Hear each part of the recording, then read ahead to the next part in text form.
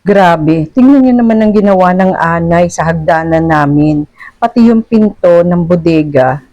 Inubos! Akala ko tuluyan na nilang mauubos yung hagdanan na yan. Nakakatakot pa naman, di ba pag binulabog mo sila, mas lalo silang dadami or kakalat?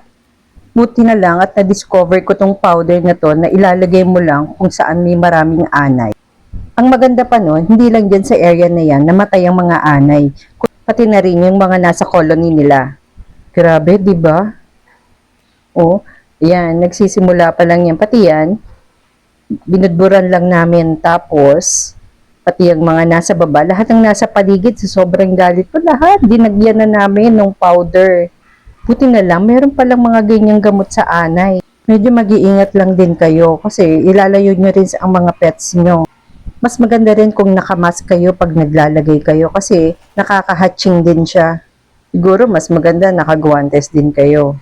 Isa lang ang masisiguro ko sa inyo, talagang nakakapatay siya ng anay, nakakawala. Siguro mas maganda o ulit-ulitin para hindi na lang uli magkaroon. Kung may iba ka naman kayong choice na mas maganda, okay. Pero sa akin ito na okay naman na to kasi mura na, tapos madali pang gawin. Hindi ko na rin kailangan magpapasok ng ibang tao sa bahay namin.